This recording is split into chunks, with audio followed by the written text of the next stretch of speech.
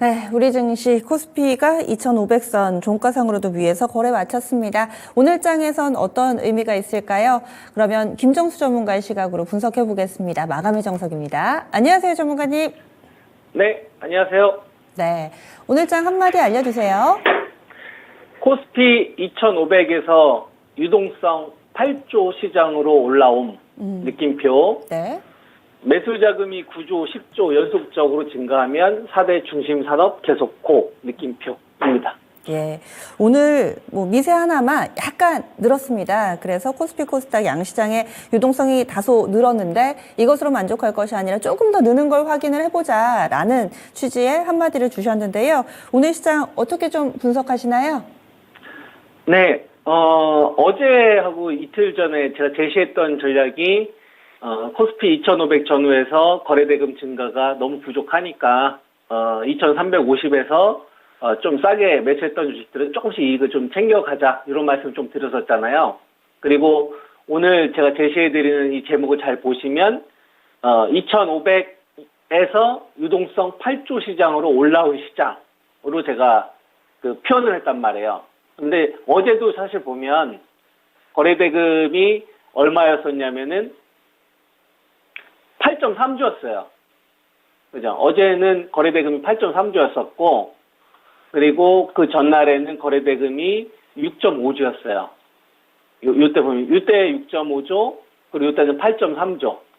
그죠? 근데 어제 같은 경우에는 제가 여러분들한테 유동성이 증가했다라는 표현을 쓰지 않고 감소했다라는 표현을 썼죠. 부족하다는 얘기. 근데 오늘 똑같이 보면 거래대금 8.5조예요. 어제는 8.3조였고, 그죠? 그럼 거래대금은 사실 비슷한 거 아닙니까? 다른 겁니다. 왜냐면, 어제는 하락하면서 거래대금이 8.3조로 늘어났던 거고요.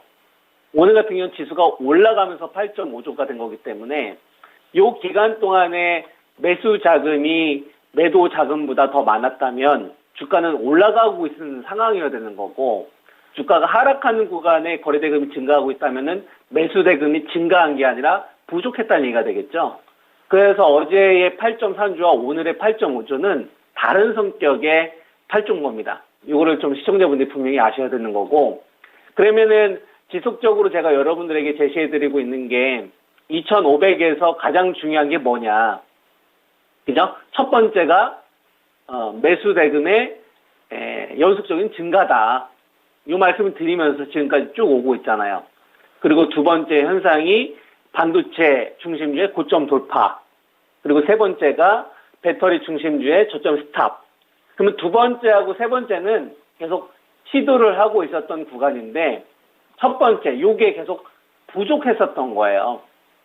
그죠? 그게 이제 어제까지 있었던 거고 오늘은 좀 다른 흐름이 나오지 않았나. 저는 이렇게 좀 판단을 좀 하고 있는 거고 그러면 앞으로는 어떤 것들이 중요할까요?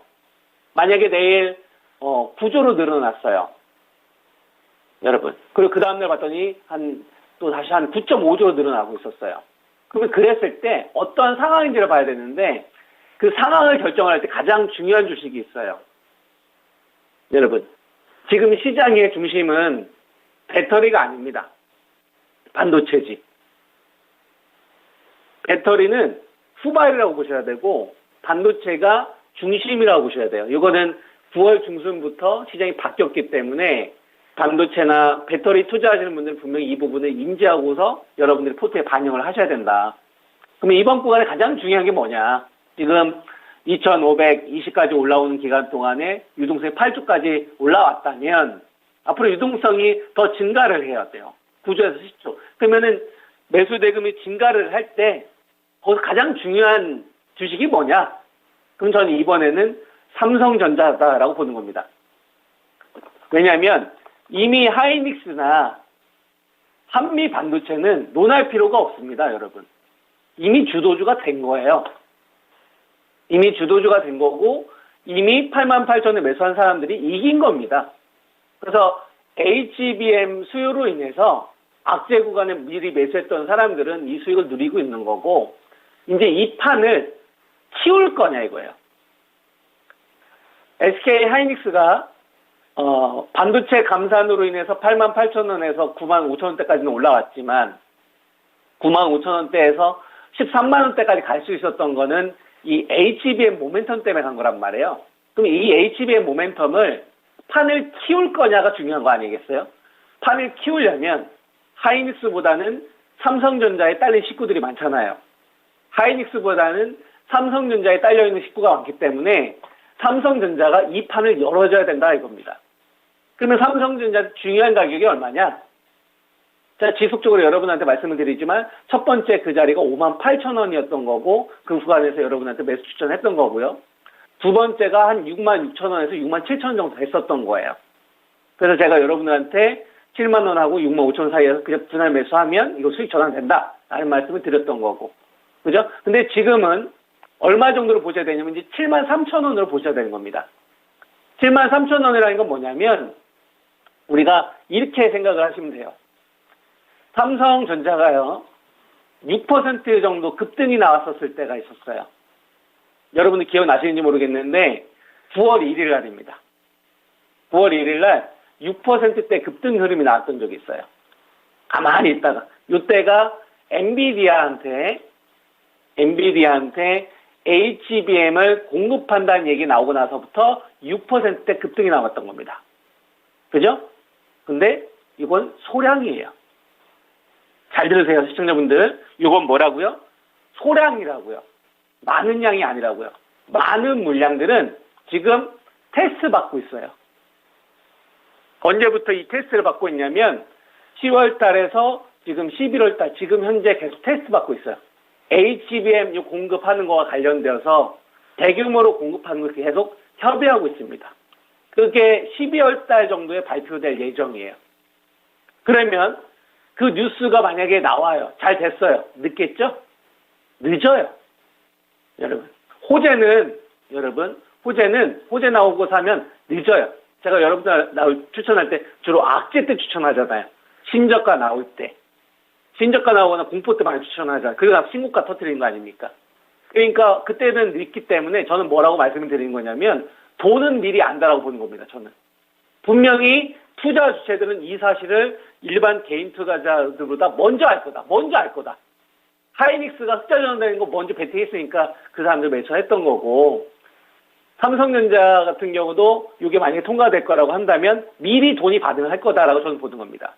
그러면 7만 3천 원 이 자리에 거래대금이 만약에 계속적으로 증가하는 흐름들이 나온다면 그러면 이거는 하이닉스보다 판이 커지는 거기 때문에 그렇게 되면은 이거는 시장 자체가 반도체 섹터 쪽에 대한 이 매수 쏠림이 더 커질 수 있다라는 포인트를 잡을 수 있기 때문에 그렇게 되면은 목표치를 저는 반도체 목표치를 대거 다 높여야 된다라고 보고 있는 거고 그렇게 되면은 팔았던 소부장도 다시 사야 되고요. 비중을 줄였던 것도 그리고 삼성전기나 현재 14만 4천 원까지 올랐던 이런 삼성전기나 LG전자나 이오테크닉스나 원익 IPS나 유진테크 이런 주식들이 HP, SP의 흐름을 따라가느냐 하나 머티리얼즈 이런 기업들 동지 세미키 같은 주식들이 솔브레인처럼 직종 고점 수준까지 같이 가져주느냐 이런 것까지 흐름들이 나올 수 있다 이거죠. 그래서 이번에는 삼성전자와 관련된 이 7만 3천 돌파 여부가 굉장히 좀 중요한 신호니까 이번 주는 여러분들이 이거를 좀 계속 주시하셔야 될 것 같고요.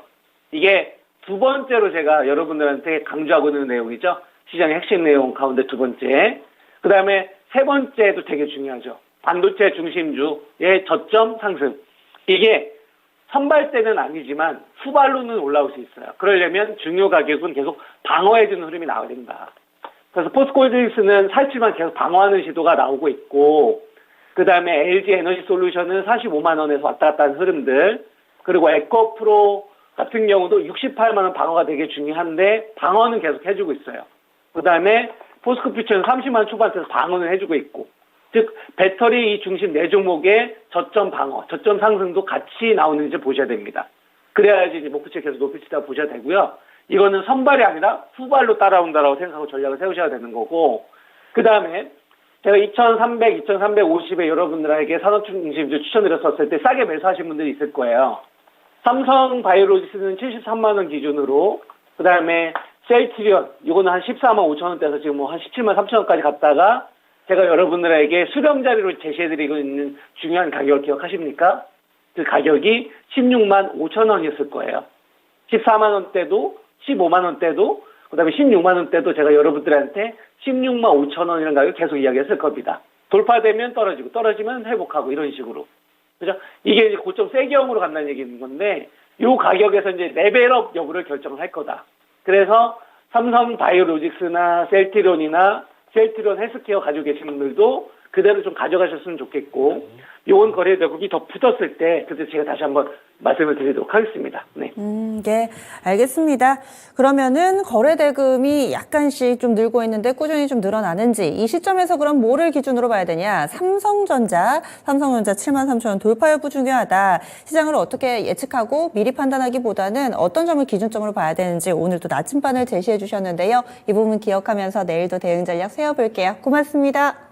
네, 감사합니다. 네. 김정수 전문가 그리고 이것으로 끝이 아닙니다. 오늘 무료 온라인 공개 방송 예정돼 있습니다. 바로 이어서 진행이 되는데요. 김정수 전문가 지금 목소리가 별로 좋지 못한 상황에서도 여러분들 위해서 꾸준히 또 이렇게 방송도 해주시고 유튜브에서도 함께 할 예정이니까 많이 응원해 주세요. 코스피 지수가 2,500선 넘어섰습니다. 그 이후에는 어떤 전략이 필요할지 오늘 유튜브에서 나눠주신다고 하니까요. 무료 온라인 공개 방송도 많은 참여 바라겠습니다. 지금까지 다양한 투자 판단에 대한 도움 말씀드렸습니다. 종목의 상승 하락을 보장하지는 않습니다. 그럼 내일 뵙겠습니다. 고맙습니다.